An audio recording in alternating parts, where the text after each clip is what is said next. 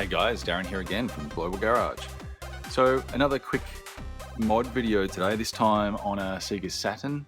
A customer purchased this particular one and also a Model 2 I've got just out of camera off the Retro Sales website. So I'm going to send this to the customer, but they also required a mod done, so that they've specifically said, I'll take the PAL Model 1, but I'd like a modded for 60 hertz before you send it. So that's fine. I've got a way for people to do custom orders, and we're going to get on with it. So I wasn't planning on doing it, but yeah, here we are. So 60 hertz on a PAL console is really easy. There's a couple of ways to do it. You can do this switchless, like the switchless mods on the SNES and so forth, but it's just not worth it. It's just not worth it at all for a Saturn. There's just literally 3 wires to run, and I think a switch is fine. So you're going to need yourself one switch. I like to use these small toggle switches for the Saturn because they're really small. I'm going to hide that in the rear of the case. You could also use a slide switch. It doesn't matter if it was single or double pole. We're just going to use one of the poles. As long as it's got 2 positions, that's fine. So, like the throw positions. I like to use these ones, and where I'll put it is in the back here. So if you look on the back of these things, there's the expansion slot for the video CD card goes down in there. The battery's there. There's a little push button switch, and I tend to like to mount these sort of just down, sort of in there like that. We'll get to that in a minute, but yeah, that's where I like to put it. Okay, so I'll start by pulling this apart, and I'll show you what's on the inside, and we'll get started. So as always, just pull out the screws. 1, 2, 3, 4, and 5. They're just standard Phillips heads, and flip it back and lift the lid. Right, so with the screws out, simply fold the lid back, and you're left with the sort of Model 1 with cables and stuff going everywhere. So power supply is up here in the lid on this particular revision. So without getting into too much detail, just obviously disconnect everything. We don't need that today, and we're just going to basically pull it all apart. So the goal is to just lift the CD mech out, take this little bit of plastic out, unscrew the RF shield, lift all that off, and get down to the motherboard. So I'll show you most of those steps, but most of this stuff you can just work out, guys. It's not that hard. So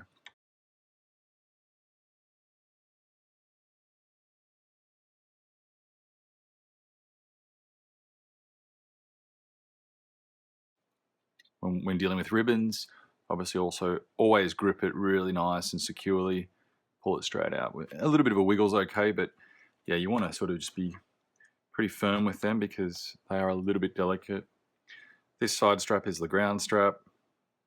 It's just extra grounding. Just pull that off. Put the screw aside. Put the CD mech aside for now. And just keep digging.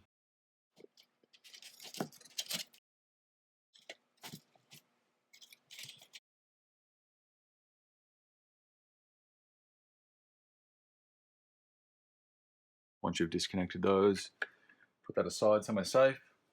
It's pretty obvious really what you need to do. Good news is this bit of tape is securely fastened, so it doesn't actually look like someone's been in here before. It's always a reasonably good sign.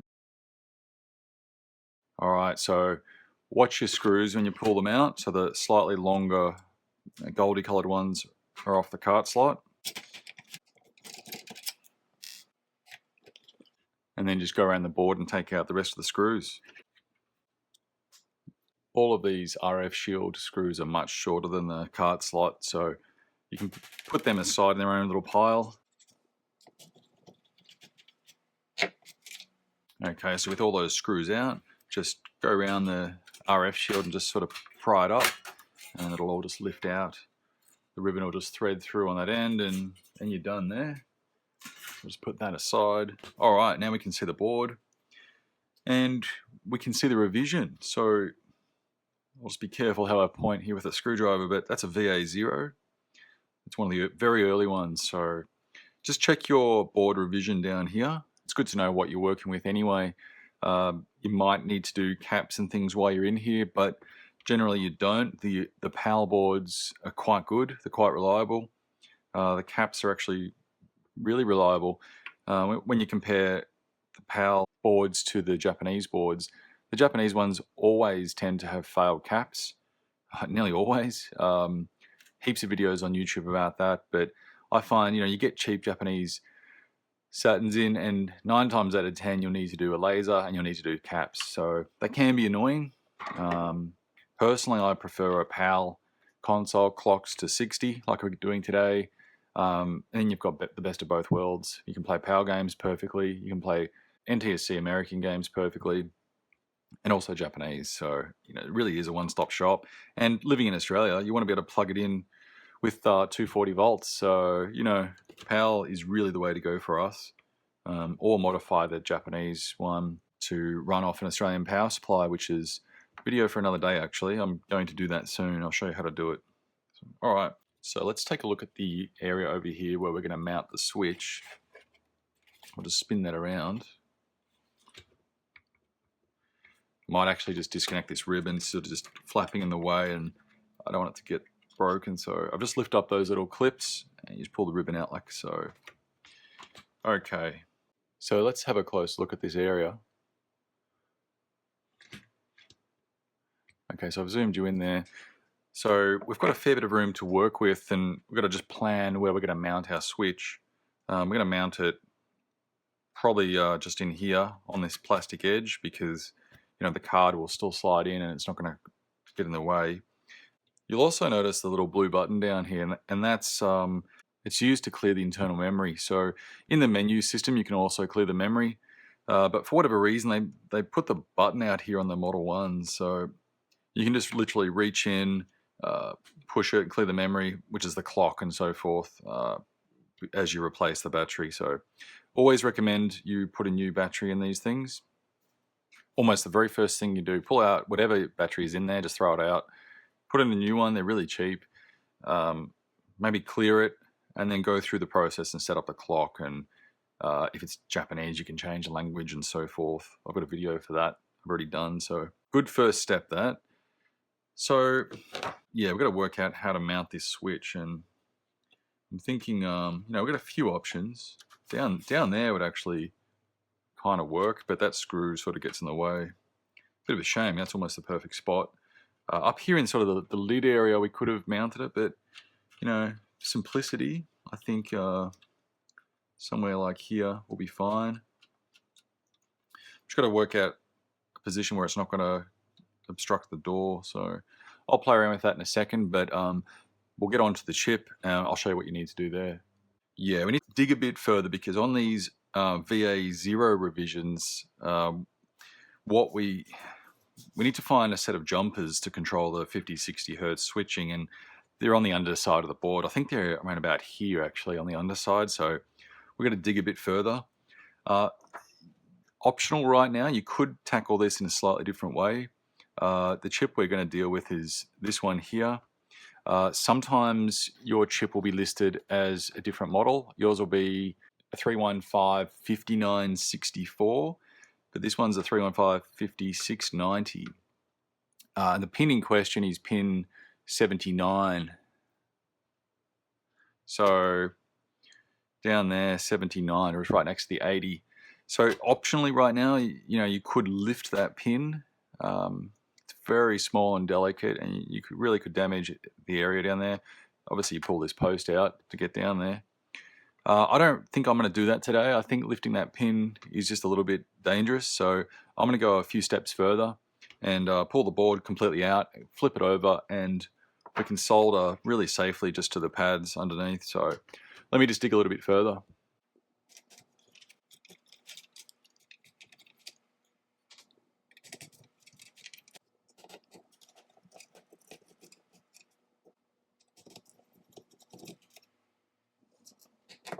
So what you're going to need to do to get this board out here is take out the rear screw, release the plastic catch here, there and there. Once you've sort of physically released those catches, the board will come straight out. So Yeah, put that aside. The screw that came out of the back of that is actually a silver screw, so keep that sort of with it. We're getting a bit further now. This plastic little tray, one more screw hidden down in there. And in here. Okay, so with those screws all out, just hold the cart slot and you can probably just gently lift the whole board up and out. That should all come loose. Looks like there's a bit of a protector on that cart slot. You can probably leave that on or off, it doesn't really matter. So let's flip it over and take a look.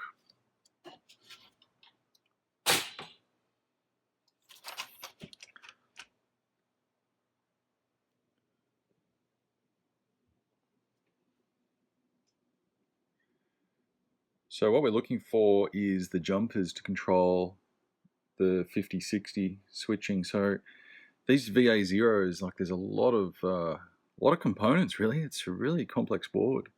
Both sides are almost fully populated. So we've got some jumpers up here.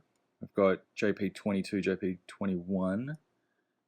Might be those. I've just got to work out which one's which before we go much further. Here we go. Right, I think these are the ones we've got to work with. Sorry about those glaring lights there in the background. Okay, there you go. JP1, JP2, that's going to be it. And that's in the physical area, which I thought it was going to be, underneath the cart slot here. So these are the ones. Okay, so I've identified the jumpers there. They will feed directly off that pin 79 of that chip that we pointed out earlier. So ideally, this is where you want to run your switch from, off these points. You can lift the pin 79 if you want, but I find that a little bit dangerous. So I'll just grab the multimeter and I'll just check out what these 4 pins will do, or the pads, sorry, what each of them do, and then we can determine how to control our frequency. Okay, so we can see JP1 and JP2 right there. So I'll just get the soldering iron heated up and I'll take off that little resistor between jumper J2. That's basically forcing this power board to run at 50 Hertz. So we'll lift that off and we'll measure some voltages and just work out what each pin does, and then we can put our switch in place. Okay, so I've got everything balanced precariously here on the bench, but I'm going to attempt to measure the voltage and just show you what is going on. So if you look closely, I've removed that component across those across that jumper. It doesn't matter. All it was doing was bridging, and it was basically feeding either 5 volts or ground to the output pins. So I think these two up here are the output pins. They're the ones that are joined together and go through that little wire down to pin 79. And I think these two here are the incoming 5 volts or ground. So to measure it, we turn our console on. I've just temporarily connected the power, and very carefully, without touching anything we shouldn't, just pick a ground point, like this big blob of solder over here will be fine. I've got my multimeter, I'll put that into shine, put that set to 5 volts. I don't think you can see that very well. And there you go. It's going to be upside down, but oh no, you should be able to read that. So grab a ground supply, and let's try that one, for example. It's got a little bit of voltage on it, but that's going to be okay, yeah. So they're definitely connected. This one over here is ground. There's no difference between the pins, and this one should be 5. Okay, cool. So we know that JP1 is our 5 volt supply, JP2 is our ground, so they're the incoming pins, and we just need to use a switch to join either one of those to both of these pins. And I think both of these join together. Yeah, there's no potential difference across those, so we can confirm that they are in fact joined. And we put our multimeter on logic and check these. They should beep. Right. I won't do the others there. It's irrelevant. So, all right. So I think we've come to the conclusion. We know how to wire this up. So this side of JP1 is our 5 volt feed. This side of JP2 is our ground. And so we're going to run wires off both of those points. They'll be just red and black wire. We'll run them up through this little gap in the board. That looks perfect. Or up one of these holes, we'll work that out. And then another wire off those two pads on the other side, closest to the holes. We'll bridge them together. We'll run another wire up to the switch, which is our center pin, and that's our output signal. So I'll go ahead and wire that up and I'll show you what I mean. Okay, so we've got that soldered up. I've put on 3 wires. I've put on a blue signal wire, which bridges the 2 rear pads together. And I've put on a 5-volt wire, which comes off, it's red, comes off JP1, and a ground wire, which comes off JP2. So I've kept those separate. They run up here. I'm trying to flatten them on the board. And they run up, and they're going to tuck through this little rectangle hole up in here. This is where the underside of this little plastic clips on. It's a nice little spot on the board. So we'll ultimately put some tape across this and tape it down and protect it all. But just for testing, we're going to refit it and give it a quick go. Okay, so the board's back in. I've just run the wires up through that hole and just in this area here. So we're ultimately going to put the plastic tray back in and just connect our wires in something like that to the switch. So before we do all the final mounting and everything, we'll give this a quick test. We'll just solder up our 3 wires to the switch. Red and black on either side, and the blue will be in the middle. That's just a simple switch. That's how it works. And we can just control the voltage to the blue wire. So I'll quickly solder that in place and we'll do a quick test. Okay, so I've just soldered that up, just 3 wires on the switch. Now I'll kind of have to do a bit of a reassemble just to get it to a point where we can test, plug it in and see if the 60 Hertz is actually switching. So I'll go ahead and do that now and we'll give it a quick test. All right, so things are sort of back together. I've just, fed power in. I've got the lid just folded back and, everything's connected, ready for testing. I've just mounted the CD unit on actually a plastic cartridge just to give it something to sit on and something that's not going to short circuit. So plastic's a good choice. We're not going to really use the CD just yet. We just need to basically test the switch out. So if we reach in and turn it on, at least it still works. It's a good start. Now I've got this set to ground on the switch position, so it should run at PAL. Right, so this is on a computer monitor, so there's just accepts composite video. So you should see, 50 Hertz is typically got borders top and bottom. Now if I reach back here and I'll flick the switch now. There you go. So that's gone full screen. So my monitor could do with an adjustment, but see the bottom there, how it's use the full screen, top and bottom. I'll flick that back and resets sort of there and there. Yeah, it's interesting, isn't it? So switch is working. We're definitely doing a video mode switch, so I think we're good to go. And you can just test it here on the home screen. So I'll put that back together properly and I'll test a game out. So, but yeah, look, I think we're pretty right so far. And then we'll put all this back together and we'll run the wires a little bit neater and mount the switch. So yeah, let me get on with that and I'll show you the finished result. And I've got a game running here, got Street Fighter running. It's a PAL game and it's still running in PAL. You can see the borders there, top and bottom. If I just flick the switch across now, does a bit of an update. Yeah, look at that, full screen. So it's pretty good. I'm happy with that's all working. So, all right, let me go ahead and put this back together and we'll mount the switch. All right, well, that's all back together and everything tested out fine. I've put the case back together and I've mounted the switch. I just wanted to quickly show you what I did with the switch.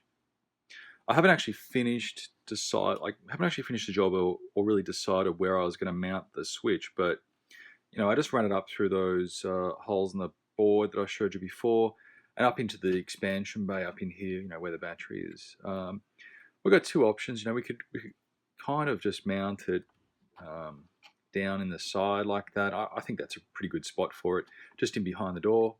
You just glue it down or something, or you put a small cable tie around it and strap it to that plastic sort of frame.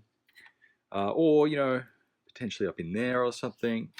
You could, yeah, there's actually a nice spot up in there, so you could mount it there.